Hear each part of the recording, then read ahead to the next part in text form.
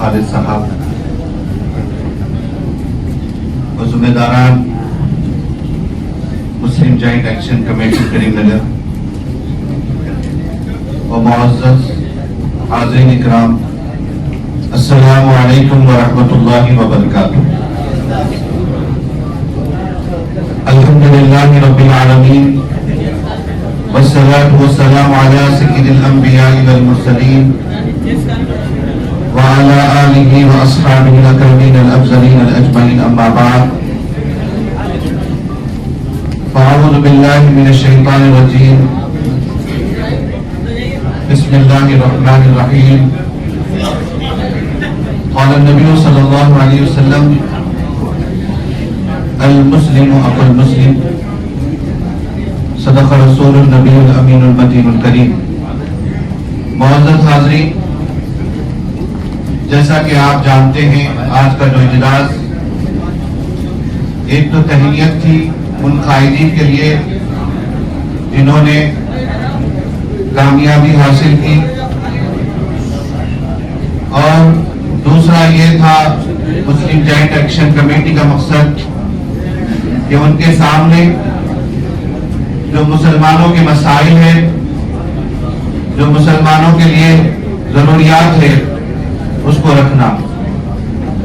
اور جیسا کہ آپ جانتے ہیں الحمدللہ بڑی دیر سے مفتی صاحب مسلم جوائنٹ ایکشن کمیٹی کے متعلق بڑی وضاحت کے ساتھ بتا رہے تھے، اور اس کے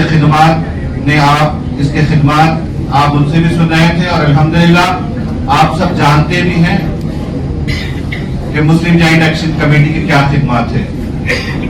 معزز حاضرین، زیادہ وقت لیے بغیر بس یہ چند کلمات آپ کے گوشے گزار کرنا چاہتا ہوں۔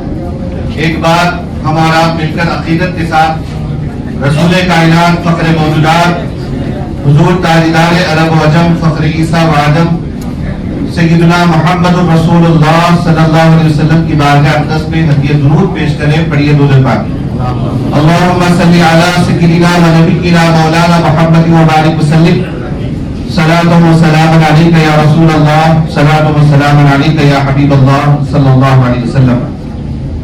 تمنا درد دل کی رکھ تو کر خدمت فقیروں کی، نہیں ملتی ہے دولت بادشاہوں کے خزینوں میں۔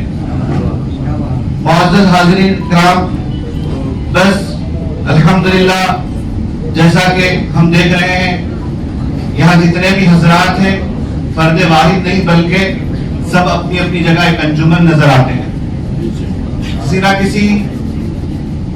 نہ کسی معاملات سے جڑے ہوئے ہیں اور سماجی خدمات سے جڑے ہوئے ہیں، اور سماج جن کی سنتا ہے، اور الحمدللہ وہ بہترین نمائندگی کرنے والوں میں سے ہیں، اور یقیناً اللہ تعالیٰ اسی سے خدمت دیتا ہے، اس کے مخلوق کی خدمت کا موقع انہی کو دیتا ہے جن سے وہ محبت رکھتا ہے۔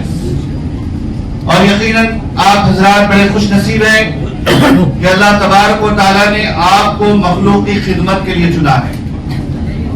اور معزز حاضرین کرام، رہی بات جیسا کہ ہمارے ملک کے حالات، جیسا کہ آپ جب سے سماعت کر رہے تھے جو حالات ہو رہے ہیں، ان حالات کو دیکھیں اور متحد ہو جائیں، اور جیسا کہ کہا گیا اتحاد زندگی ہے، اختلاف موت ہے۔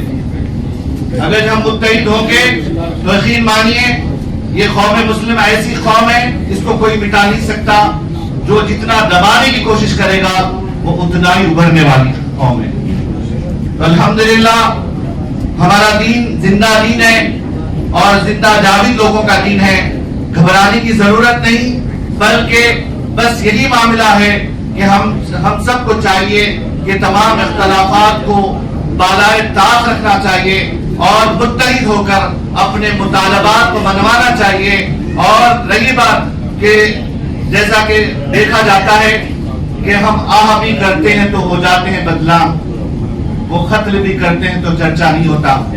جیسا کہ ابھی آپ دیکھیں مفتی سلمان اظہری صاحب قبلہ مدد اللہ العالی جو ابھی جیل کے سلاخوں کے پیچھے، حالانکہ حضرت نے کچھ زیادہ نہیں کہا، لیکن وہ ایک آواز بن کر ابھر رہے تھے۔ وہ قوم کے لیے، ملت کے لیے ایک آواز بن کر ابھر رہے تھے. ان کی آواز ان لوگوں کو بحران کر رہی تھی, پریشان کر رہی تھی. اب وہ اتنے بحران ہو گئے, اتنے پریشان ہو گئے, اب دیکھ رہے ہیں کہ کس کو کدھر دبایا جائے, کس کو کدھر مٹایا جائے, اور لہذا وہ ساری کوششیں کر رہے ہیں کہ اس دین کو مٹانے کی. مٹ گئے مٹے ہیں مٹ جائیں گے آدھا تیرے, مٹ گئے مٹے ہیں مٹ جائیں گے آدھا تیرے, نہ مٹا ہے نہ مٹے گا کبھی چرچا تیرا. معزز سامعین, یہ دین نہ مٹنے والا ہے. یہ دین محمدی صلی اللہ علیہ وسلم ہے, رسول پاک صلی اللہ علیہ وسلم کا دین متین ہے. تو معزز سامعین, ہمیں چاہیے, ہمت کی ضرورت چاہیے. ہمیں چاہیے ایک دوسرے کے تعلق سے جو ہم اختلاف جو رکھتے ہیں, کینہ. اور میں آپ کو بتا دوں, آج جو شب ہے شب برات, شب برات, اور شب برات میں اللہ تبارک و تعالی اپنے گناہگار بندوں کی مغفرت فرماتا ہے. آقا علیہ الصلوۃ والسلام نے فرمایا اتنے لوگوں کی مغفرت فرماتا ہے, بنی کلب کے بکریوں کے بالوں کے برابر لوگوں کی مغفرت فرماتا ہے. بنی کلب عرب کا ایک بڑا قبیلہ, اور وہ قبیلے کے پاس بہت زیادہ, اور اس سے اب بکریوں کے بال, ایک بکری کے بال کوئی گن ہی نہیں سکتے. تو اب بتائیے وہ بنی کلب کے بکریوں کے بالوں کے برابر لوگوں کی مغفرت. اللہ تعالیٰ گناہگاروں کی مغفرت فرماتا ہے, اللہ تعالیٰ سیاہکاروں کی مغفرت فرماتا ہے, لیکن ان لوگوں کی مغفرت نہیں فرماتا کون جو شرک کرتے ہیں. اور دوسرا وہ لوگ جو اپنے بھائی کے